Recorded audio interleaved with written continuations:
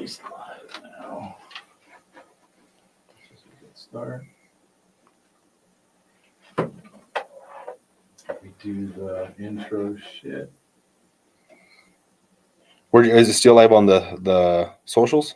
It should be live on the socials now. Okay, Yeah. so I can have it here. Make sure.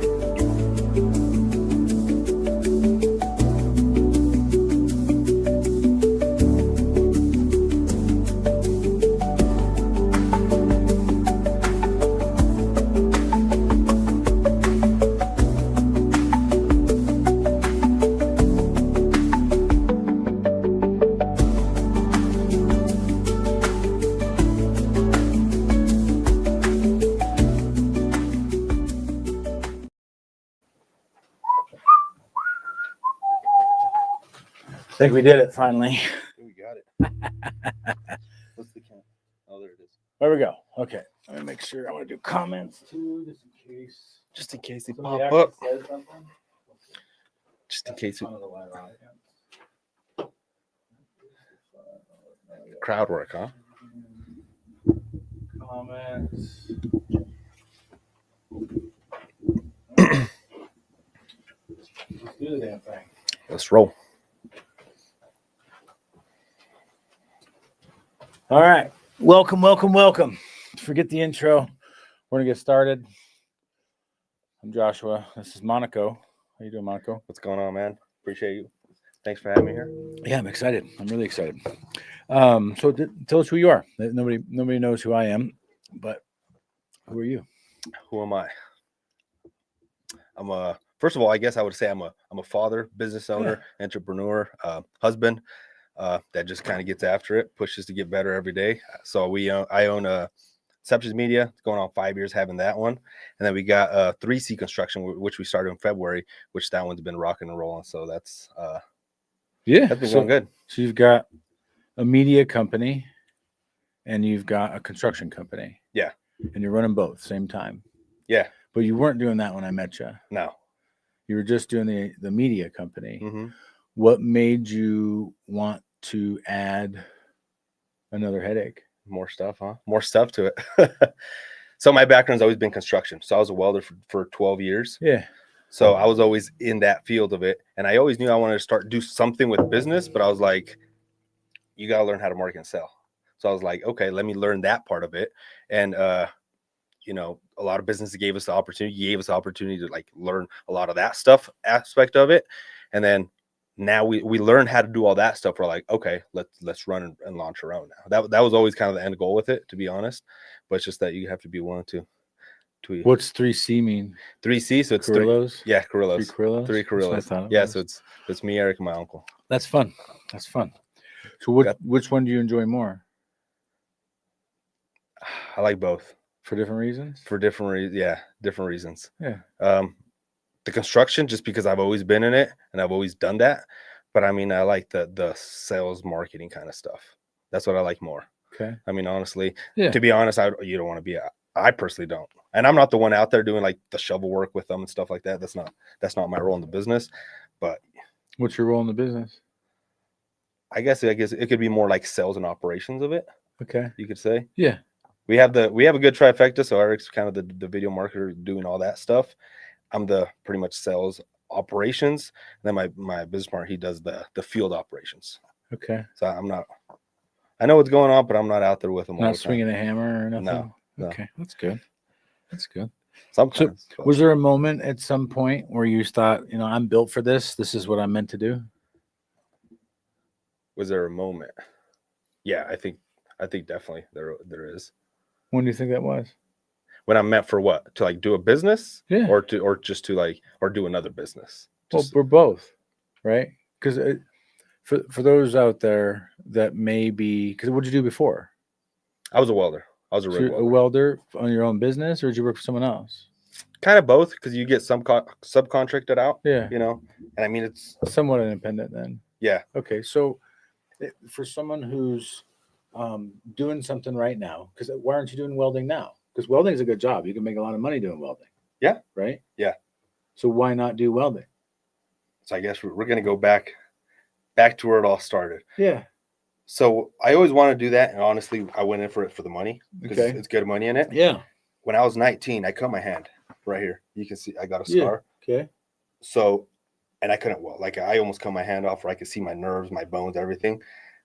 So it took a long time to heal. So when I came to, so I learned how to weld with my left hand, but every time I even till now, like even if I lift too much or whatever, it hurts really bad. So I can't do much like manual labor. So I was like, okay, I got to figure something else out, and I got to learn some new skills. Okay. So that's kind of when I was like, okay, it's kind of forced into it, I guess you could say, especially when you gotta, once you got a family, you gotta. So you're forced. Yeah. Right. And I think that's a key ingredient for anyone out there who's stuck. That's what I felt before I found entrepreneurship. And entrepreneurship is probably the scariest thing I've ever done. I don't know about how you feel about it. It would beforehand, like on the back end, it's always you look back, and go, oh, what are you scared of? But that fear of letting go of what we were told is security, what we're told is predictability, what we're told are benefits.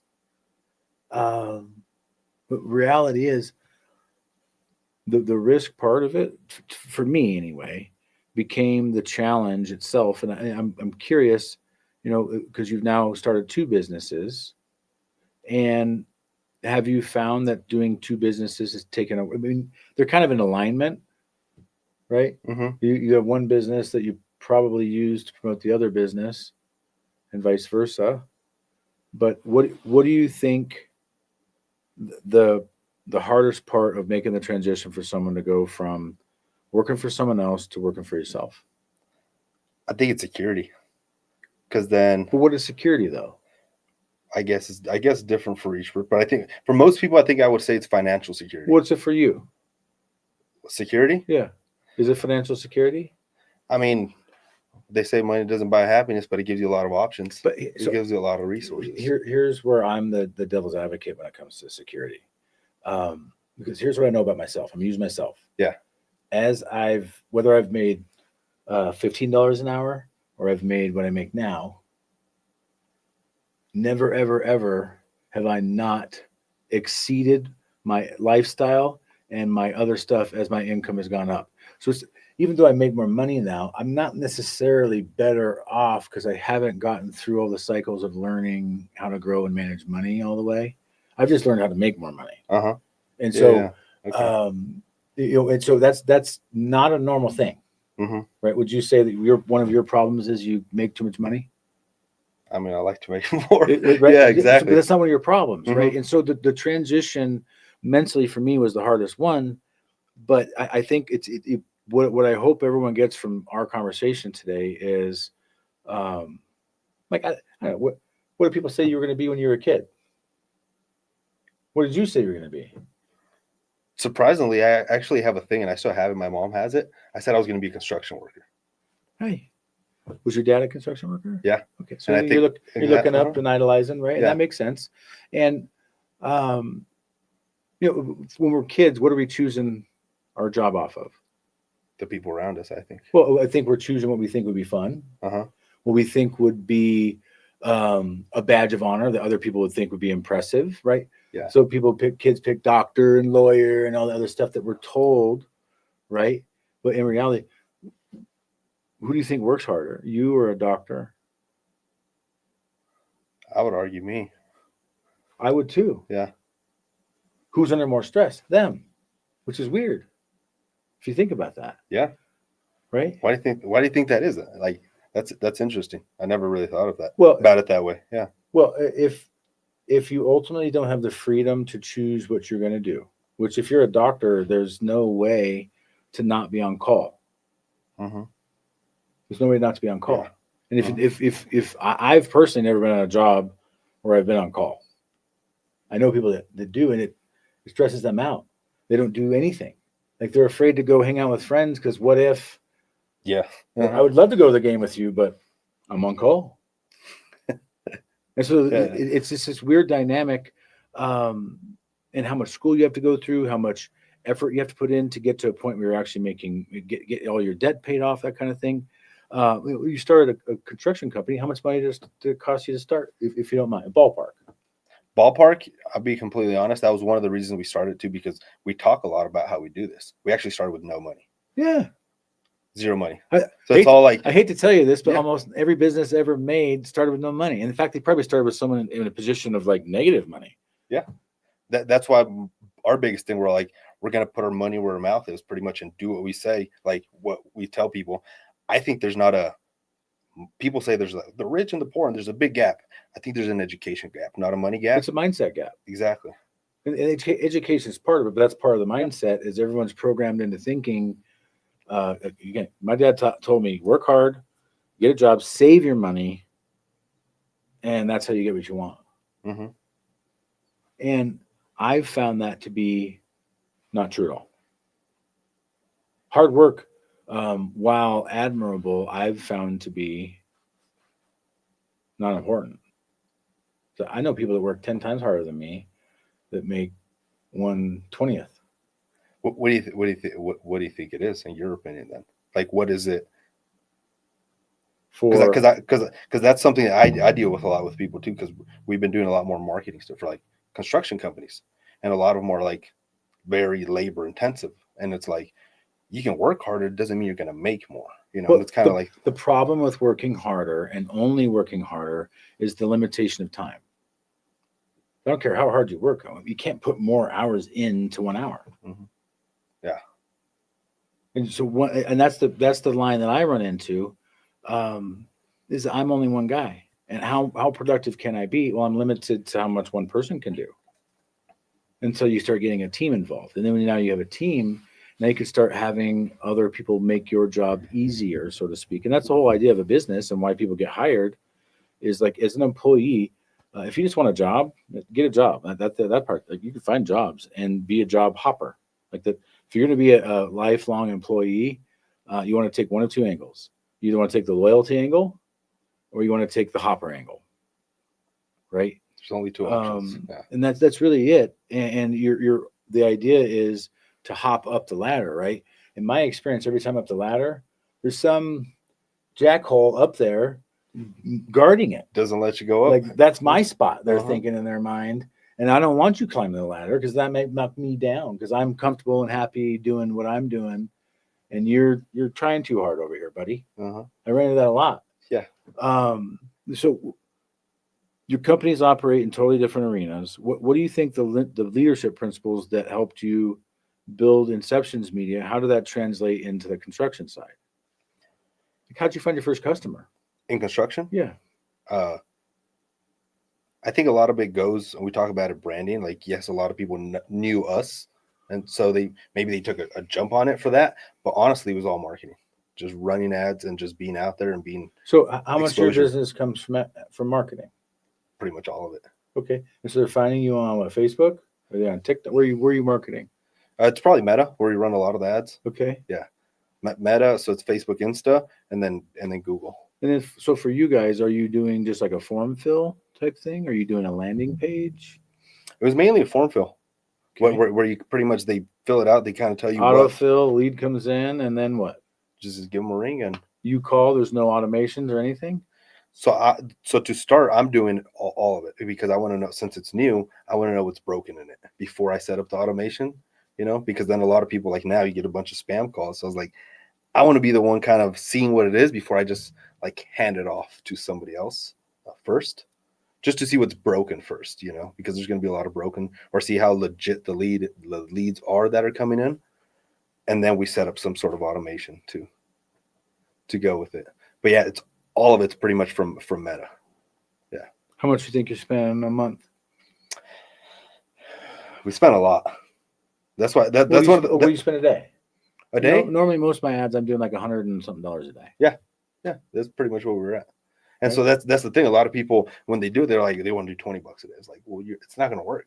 $20 a day, Well, or $20 a let me week. be clear. If that's all you have, it'll work. It's just like fishing with a kiddie pole instead of a regular fishing pole. So you can only cast, I don't know, 10 yards. You're But gonna there's get, like, fish within 10 yards. And sometimes, but don't not market. I want to be clear. Don't not market just because you don't think you have the budget. You can't afford not to market. Mhm. That's the thing. So you either market or you rely on word of mouth. in business. I think Yeah. those are the two ways to do it. Mhm. What do you do for word of mouth? Us? Yeah. So we do a lot like with for the construction company you're saying? So for that one, it was a lot of like, we do a project, obviously we give them a gift, and stuff like that. Hopefully we get referrals, but it's a lot of like door hangers and other stuff as well. It's not just one thing. Like we do digital marketing, but it's not just, that's why like you're saying, don't just limit yourself to one thing. You can't afford not to market. There's always different. And we learned this from a guy back in the day, branding. So, you got to be everywhere. You have to have your shirts, your hats, all your vehicles, everything. And that's been huge, huge. Makes a difference.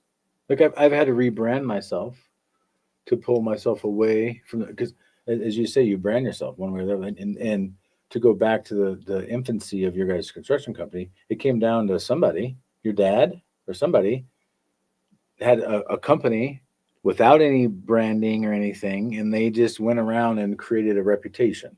Yeah. Right. So a brand can be reputation, Mm-hmm. and so a reputation is what?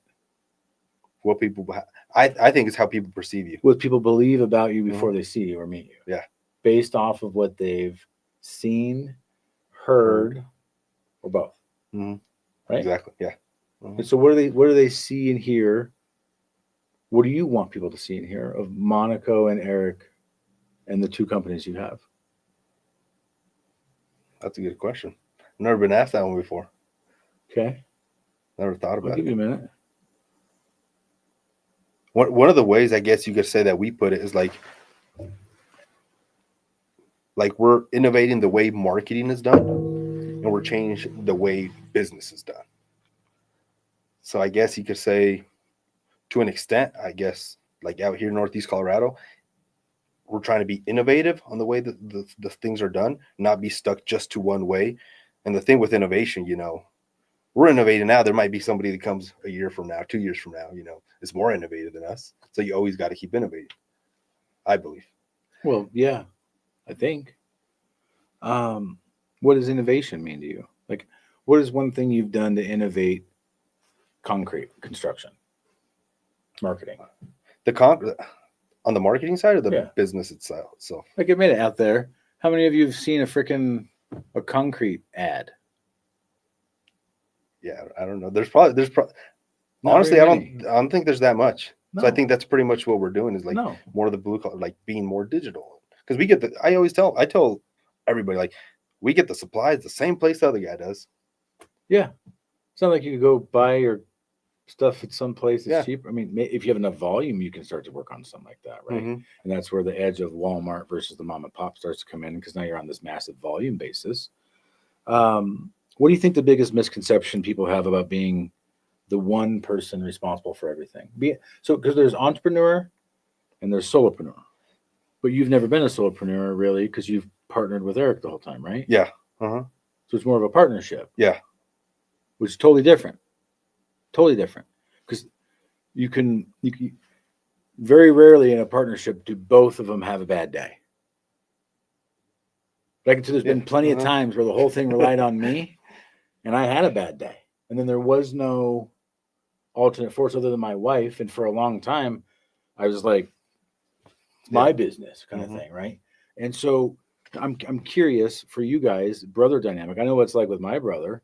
And we're either like high-fiving and hugging and whatnot, or it's boat fever and we're ready to hit each other with a boat paddle and kill each other. What is that? Do you guys have the same kind of stuff? I mean, I think we have to have tough conversations. We have to keep each other accountable. Be like, hey, you said you were going to do this. Who has the deciding vote? Because I know it's different. My younger brother and I have a different deciding vote than my older brother and I. I'm just curious. What do you mean, like of who's gonna like if you're having which an way it's gonna argument, go? or if there's certain categories that you're the tiebreaker vote, and there's other categories that he's the tiebreaker vote, or Yeah. is it an age hierarchy thing? Because in my brothers, it's more of an like for whatever reason, it's just because they're older or whatever. I have to You have to like bow down bow and be to like, my elders, which I agree with that to some degree. But yeah, I'm just curious. As you guys deal with that? So I mean, they're like if it's inside of the business stuff, it's pretty much like obviously I try to not be emotional on some stuff. Don't get me wrong. I get fired up. Yeah. But like on some stuff, be like, oh, he knows more about camera stuff. Like, okay, if he's like, we need to do this. I'm just like, I mean, Yeah. like right now with the sub, like, yeah, he's the guy. But if it's other stuff, pretty much all the other business operations, like the route we should go and stuff, it's mainly me. So here's what I would say. And I'm going to ask you this because I know I've seen actual documented proof of this in action. So I try to put out content. I try to do my own stuff. I have my own video editing. I'm sitting in my own studio. And what I would say is it's very time consuming. For those of you out there that think you could just edit your own videos, you can, but I would use the implementation of AI. AI has made it 1,000% easier. I don't know about you, but Are those dancing videos? Are those you or that? well, I feel like that those are AI. it's both. Here's the cool part is we're doing both, and that's going to be the trick moving forward. Now, some of them it's so damn obvious on the AI, because I mean I'm pretty mobile and agile for 44, but I'm not moving like Gumby. So I see one of them where it switched, where it was like Yeah. it switched you to Aaron or something like well, that. that one's definitely AI. I was like, that's But we can definitely you can simulate stuff. But what do you think in 2025? What makes powerful content? Because when I had you guys come out, Eric came out with me to SWAT Mhm. and documented the whole thing, and then chopped up and created a bunch of shorts and other things. And now that I go back and I look at my YouTube channel, and I look at my shorts, the videos you guys produced have 1,000 to 4,000 views each organically, and the the stuff that I put out has a few hundred views organically. And so, what is it? What's the recipe? Because it's the same guy. Yeah. I'm saying this. Frankly, I'm saying the same stuff. You've been Mhm. watching me for how long now? How many trainings have you been to where I'm not saying the same stuff over and over? Yeah. So what's different? I think it's the way. Obviously, it's first. I think it's quality. The quality with it. Like if they look a little blurry or whatever, that could be one thing. But it's almost like how it's edited is like it's huge. It's that 100%, isn't it? Yeah, it's the editing big time. Because I've done videos, I say the exact, and even then I've been saying the same thing pretty much for 5 years, but the way I would say it maybe didn't come across as good. And I do the same videos. I did one the other day and it got like 50, 70 some thousand views on TikTok. Isn't that crazy? I was like, I've been saying this 5 years ago. Right. It's all about the delivery. And I personally, in the last week, have just started. There's the lazy way. Wouldn't you agree? There's a lazy way, and then there's the do it right way. Yeah. And I've been doing it the lazy way, where it's just like just turn it on. And again, if you're not doing any content now, I would say the first step is just start doing content. Mm-hmm. Just get in the habit of doing it, because that's the hard part. No one likes to see themselves on camera. No one likes to hear their own damn voice on a recording. None of that stuff. Like even to this day, because I have a hard time watching a video of mine. Which is why I give most of the time I give to someone like that and say edit it, because I can't sit there and watch myself for 10 hours. Yeah, I can't either. And I'll be completely honest. Like this is what we do, and we have the guys that edit with us, and yeah, I just tell them like if you think edit it's my good, stuff. and yeah, he gives it to me, and I would just put it That's out. what I mean. And so, but what do you think makes powerful content now? Is I'm going to give my opinion, and then you give your opinion, because I think you're more qualified. I find myself more consumptive in content that is educational, but quick and fun.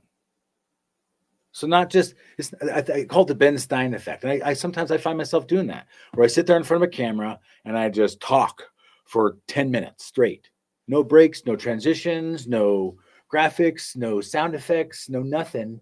And then it's just like sitting in a classroom, You're just like falling asleep, listening to the lecture. Yeah. Right. And so for me, I've tried to make things I think it's better for content to record 10 short videos that you then put together with transitions in the middle than it is to try to create one longer video. Yeah. But what do you think would be one tip you could give somebody who's trying to get into creating content on their own? They can't afford an amazing guy like Monico. Mm-hmm. No, and remember how much I bugged you?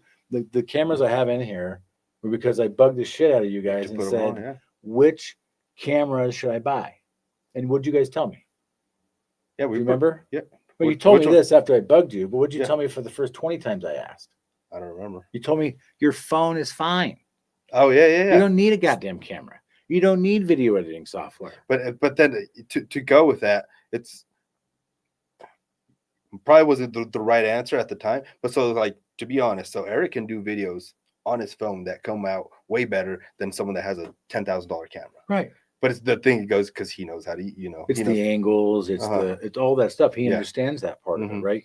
And so for somebody who's just struggling to even just get in front of the camera, what do you think the number one thing that they could do to make it easier? Script it, not script it? It all depends on the personality. Me, Okay. I'm better not scripting, but I'm good having some bullet points. Like, okay, You're I'm a gonna winger. say this. You like to wing it. Yeah. Yeah. And You're, Eric you're a sometimes procrastinator. sometimes Eric don't like So, it. so if you're a procrastinator and a wing it guy or gal like us, then you just want to shoot from the hip. Yeah. Which is I think is way better personally because the personal brand. Because if you have it too perfect, when somebody actually calls you and you're like, blah, blah, blah, you don't even know how to talk, they're gonna be like, who is this guy? He's a fraud. I think. Right. Yeah. Agree. Yeah. I don't like scripted stuff, anything. I don't like to script anything. I hate it because I feel like I'm stuck in the constraints of that. And then what if I screw it up? Mm-hmm. Or if I just flow, no one knows if I'm screwed up or not. So that's where it goes with going back to the editing. We have our studio where we do stuff and I'm trying to like talk and I'm just like forever. And then the other stuff where you have the guy that just follow us around, get some content, or I'll just think of something. He always had the camera rolling. I'll just think of something, look at the camera, say it, boom. And those videos are the ones that, blow up because it has a lot to do. Obviously, how you say it, how it's edited, and the scenery is the biggest thing.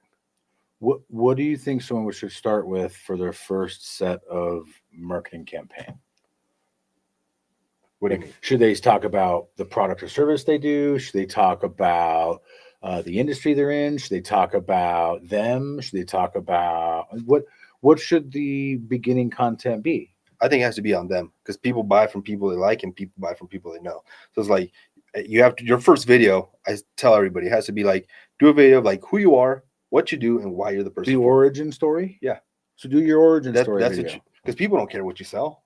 What is that? The phrase you always say, people don't care how much you know until they know how much you care. Yeah. That's not mine. I can't take credit for that. I do say it a lot. Well, that's what I heard it from first. So. Yeah. So people don't care what you know until they know that you care.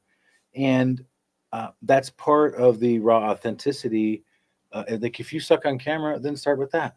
Hi, my name's Joshua, and I suck on camera, but I'm doing it anyway.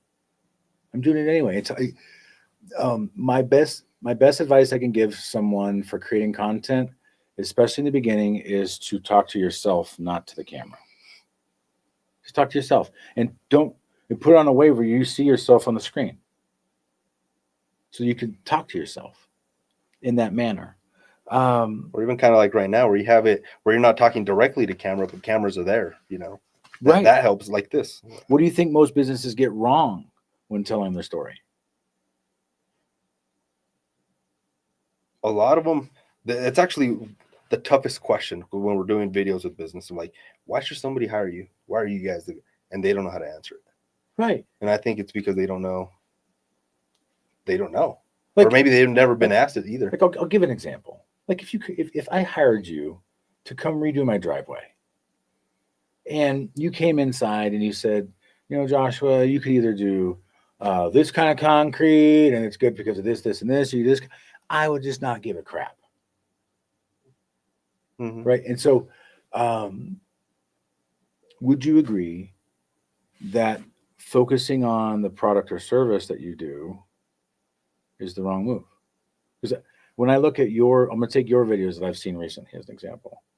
You almost always have a drone shot, right? The big perspective that zooms into the focal point. Yeah. And then you have what? A quick, short message. But the message is never like, we only use rebar with 42 grade, blah, blah, blah, blah, blah, blah, blah, and the blah, blah, blah, blah, blah, blah, blah. It's always just about what? We're quick, we're efficient, we're honest, we're trustworthy, right? Yep. Which, whether you're hiring a concrete guy or an insurance guy or a lawyer or a doctor, that's all you really want to know. Is this a good person who cares about people, and are they going to try to do right by me? Exactly. And so that's the content. And that's what I learned from Monico and Eric in the beginning. Like I had branding down, but I didn't have marketing down. They have marketing down, but they didn't have branding down. But when you combine marketing and branding, what happens? Yeah. That's business. Yeah. Business Money. happens. Profit. Yes. Profitability happens when we find that intersection. And so I'm How did it take your, if you don't mind me asking Yeah. you, when did you come down to the realization where like, I need to market better? Like, what was that moment for you? all the time. Now, here's the struggle I have. I don't need to market. Because you're Riddle me this, Batman. What if you don't even need to market? But this is a real dilemma for some people. My talent, skills sets, etc., put me in a position where I outperform everybody else, not trying. And so I don't have to spend money. I could just rely on my reputation. So some of the business I got was referrals, but it's not the referral you're thinking of. It's not like Betty, who I helped, sent me her friend Betty. I mean, I get those. Don't get me wrong, I get those. But I also get my financial, like one person I talked to last week got my name from a friend from a friend of a friend who had a financial advisor who told him that friend of a friend of a friend about me. And it worked its way through 5 people and led to a referral to me. And so that's not what I learned in my career, because I used to think, oh shit, what everybody can do. Monica can do that. Yeah. Frankly, brutally, honestly, most people can't do that. Most people don't have the skill sets to have all the ingredients to be an attractive ball of charisma that just business falls in your lap. And so for me, the struggle I had, Monaco, was I don't know how to market because I don't have to.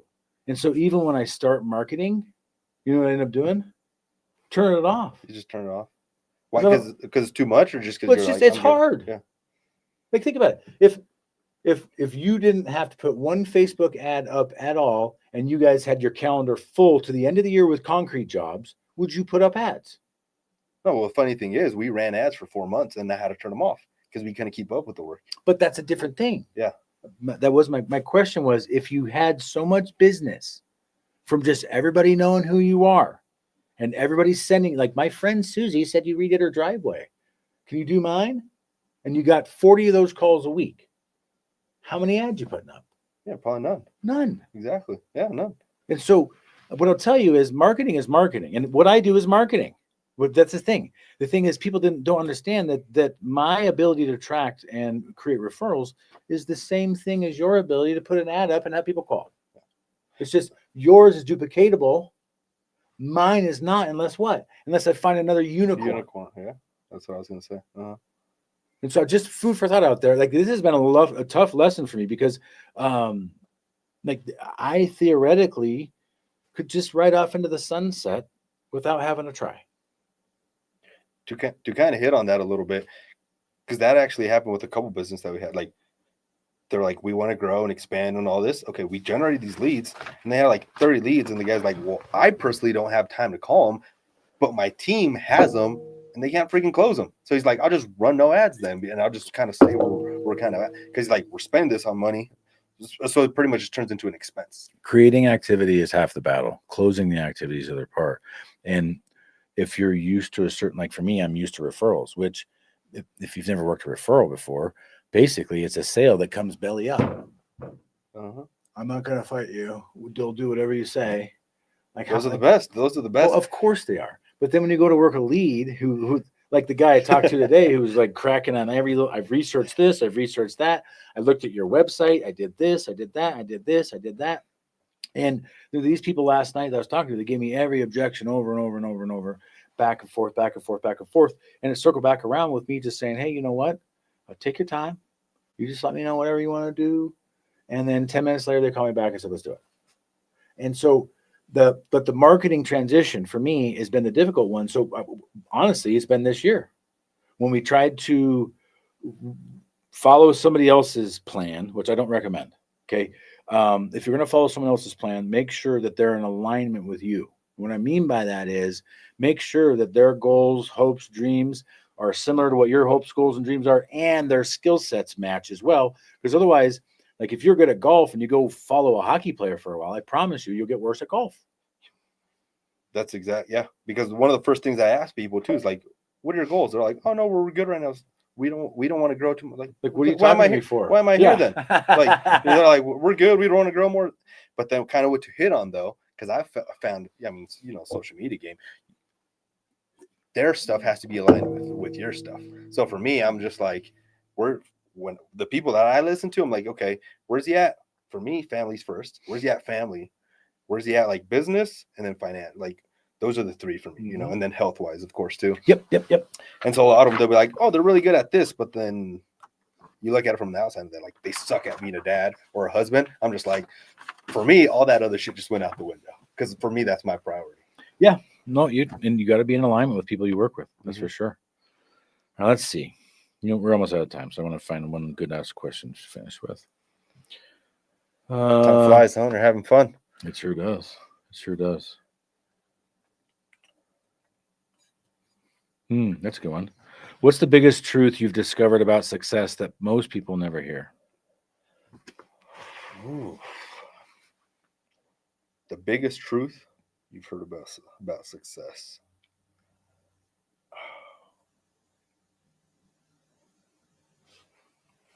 That's a good one.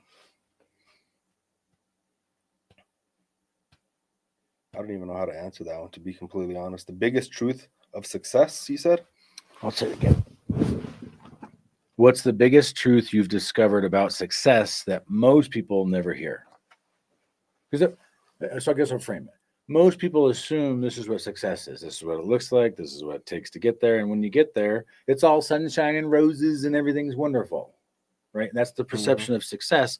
But as you started to taste success, what's one cold, hard stone reality about it that no one told you about because most people don't ever hear about it? Because people that have success don't talk about it. I think it's the struggles. Like with anything, not. How many times a week do you want to quit? Almost every day. Yeah, you go home, you're like, fuck this. Yeah, sorry, yeah, no, it's okay. Forget this. You're like, you don't want to do this no more. And I think, and then it's hard because then you're trying to balance, like I said, being a dad and being a husband. That's why those are one of the first couple of things I look at, and then be like, okay, and then how successful financially are they? Because if they're really successful financially, if they got like $50 million or whatever it is, but their kids don't talk to them or they're divorced, I'm just like, for me, there's an imbalance there, right? But that's the challenge. Because when I look back at the last 6 years or 8 years, really, I mean, the fact that I didn't get divorced is a miracle on some levels. It's a testament to the relationship and the love I have with my wife. Reality is, though, I was a terrible dad, a terrible friend, a terrible everything except for one thing for a period of time. There was a season of my life that I had to go through, and had I not, I wouldn't be where I'm at. In a position now where I'm able to, like today, even though I'm doing all this, I'm doing a podcast today in the middle of all my appointments. I went and coached. I was late, so I'm sorry, Paige and honey. I was a few minutes late, but I still made it to the game, and I was still at my daughter's thing. Why? Because I get to control what I do, because I've earned that through a long period of time of having to do what I didn't want to do. And I think that's the hard part for most people when they look at entrepreneurship. Yes, the back end of it, if you make it, statistically, you're against the odds. And the reason is because most people quit because it's hard. Mm-hmm. It sucks. Like it's not as cool and as fun as it sounds. And even if you have success and money and all that, I would still say there's plenty of frustrated nights. There's plenty of lonely nights. There's plenty of sad nights. There's nothing that changes as far as the human experience. You just have one less thing to worry about. But at the same time, what I would say, there is such a thing as having too much money.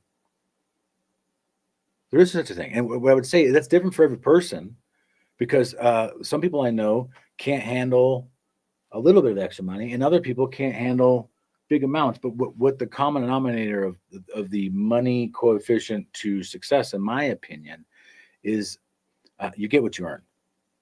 And whether that's working for someone else, or that's in an entrepreneurial position, I find in this kind of position, more so than anywhere I've ever been, I actually earn what I earn. And I get paid for exactly how much effort I put in, and not a dollar more, not a dollar less. No one overpays me, no one underpays me. And that's hard to get to, because in the beginning, it wasn't that way. I'm sure it was for you too. But so I guess I would finish with this. Content is the king. And so the business that Monico has, the only reason I ever met him was because he created an opportunity for himself by taking a risk with his brother and himself. And then he did the hard stuff, because I don't remember how we met, other than you were out doing what you're supposed to do, which is pounding the pavement, walking and talking, and you had given your name and card to somebody who then gave me your card. So actually, because we're just taking everything. So it's a funny story. It was we did photos for Paige's baseball team. Is that what it is? Yeah. Oh, yeah, you gave it to Aaron. Yeah. And then she's like, "Oh, this guy over here." Yeah. So then Aaron, and then so again, you guys just never know, because my guess is you weren't doing the photos for the sports league for money. No, it wasn't a high-paying gig. No, but it did pay. Yeah, and it did put you in proximity to a bunch of other people who you could then say, "Yeah, no, but taking pictures for kids is not my job. My job really is blank." Yeah, and then now those people can go, "Hey, wait, I would love to have one of those." That's why it circles back around to like, if nobody knows you, I think nobody knows you, nobody pays you. The branding. It starts with your branding. Yeah. Right. And so whether you branding, most people think branding is getting your cool neon sign and you're like, there's so many agents I've recruited in my career that like before training, before anything else, they're like, okay, so I got my business cards and I got my mouse pad with a picture on it and I've got this. I'm like, okay, none of that's going to help you make money. Nobody cares about that. And in reality, I want you to think about the last time someone gave you a business card. What'd you do with it? You threw it away. Yeah. Now I want you to think about this. The last time you asked somebody for their business card, what'd you do with it? There's a big difference between the two. And so you'd go up and ask people for a business card who you've seen and are aware of already who they are and what they do. And where'd that come from? Branding. Okay. And so you are the brand. And so that's my biggest advice for this Truthcast is, honestly, marketing sucks. Marketing is a waste of money. Branding is where it's at. The problem with branding, though, is it takes a long time. You can't speed up branding. Branding comes from consistency, from staying power. Our old office on Main Street. We were there 2 years before I had my first walk-in. 2 years. With people driving by that place all the time, and that's why I asked, what happened? I was like, excited. What happened? And they said, well, I've been driving by for like 2 years now, and now I'm turning 65. And so that's an example of branding. Same thing with all those, like any of you who live in a big city. We don't have them because there's not enough people in our town to put up a freaking lawyer billboard. Billboard, yeah. Right? But if you drive to Denver right now, what are 90% of the billboards? It's accident and injury attorneys. Why? Law firms. Because what they want you to be doing is, you just had a car accident, you're doing this and you're that. Now the bills are starting to pack up and you don't know how to pay for things. And now you're in traffic stressing about it. And then you look over and right. And so it's situational awareness is all branding is. It's putting yourself out there so that when people have the point of pain that makes them take action, they think of you. That's it. And so I would say my last tip I'm going to leave with everyone. I'm going to have Monico give one tip too. But my tip to get referrals is to create an experience that is unlike your competition, which means you have to find out who your competition is. You have to find out what they're doing first so that you can innovate above, as Monico alluded to. But the easiest way to get referrals is just train them what to say. Train them what to say. And I'll give you an example. If you go on to my Google reviews right now, like 3 out of the last 6 reviews literally copied and pasted some of the verbiage that I put into the text asking for the review. And all I started doing was stating my 3 core values in the text. So as you know, our 3 core values are to be there before, during, and after every policy, treat you like family, and exceed your expectations. And so then people are like, oh, they exceed expectations, or, oh, they do this or that. Same thing with referrals. I train people to say the 3 core values so that that's what they tell people and they tell people about. So that's my tip for referrals. Your turn. Tips on specifically on just referrals or on anything? I think your specialty is on marketing. Yeah. So give your number 1 tip on marketing for a Facebook ad.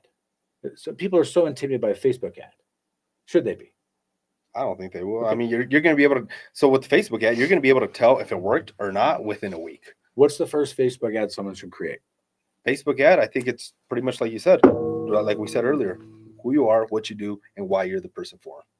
Because people, like you said, in the industry, if you want to put yourself out there, they're going to talk. So it's like, might as well put more of yourself out there and tell them what you actually do and stuff, instead of just having them make an assumption or just go hire somebody else. So you got to You got to expose yourself, put yourself out there, because time flies. Time's gonna pass whether you want it or not. Sun comes up every day. I'm gonna put everyone on some game that someone put me on to. So the first paid ad you should do is a like campaign. A what? A likes campaign.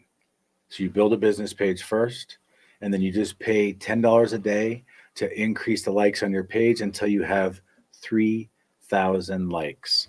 There's a threshold that Facebook has. I don't remember what it was. Somebody told me once. It's either 1,000, 2,000, or 3,000. It's one of those. Once you cross that threshold, it opens up more tools, opens up more doors. And so if you start a bunch of ads before you build up your page presence to above 1,000 likes, you're basically yelling into a pillow when you're doing it, because you have such a small audience at that point. And so that's my pro tip on the marketing side that I learned. That the content he's talking about is the story you want to start with. That's the organic side. The first paid ad before you do anything to create a lead or anything else is build up your audience first so that you can then have someone to market to. So it goes 2 phases on that. Adding friends to your friends list until you hit the $5,000 limit, 5,000 person limit. I call the 5,000, each one's $1 to me in my mind. Okay. And then the second phase is get your business page to 1,000 likes, and then start a campaign of who you are, what you do, why you do it, who you are, what you do, why you do it. And I find a blend between personal, business, and pleasure. And there's a ratio I have 4 to 2 to 1. So 4 family, 2 pleasure, performance stuff, and then 1 business post. If you keep that ratio, I found that to be the most productive. So we went over our way on time. We're going to have you back on another podcast again down the road. I want to talk to you like in 6 months and see how things are going. But that's all the time we have for today. Unfortunately for y'all, I've got to get back to work and write some more apps. The end of AEP's tomorrow. So thanks for tuning in. We'll see you again on the next Truthcast. Stay tuned for who that next guest is going to be. Thanks again, Monico, for showing up. Yeah, appreciate you for having me. And yeah, make sure you share, subscribe, and share with a friend. Come on now. Let's go. Let's go. Whew. Been sitting here for hours talking about that stuff. So much fun. One of the things that I've learned with the ads too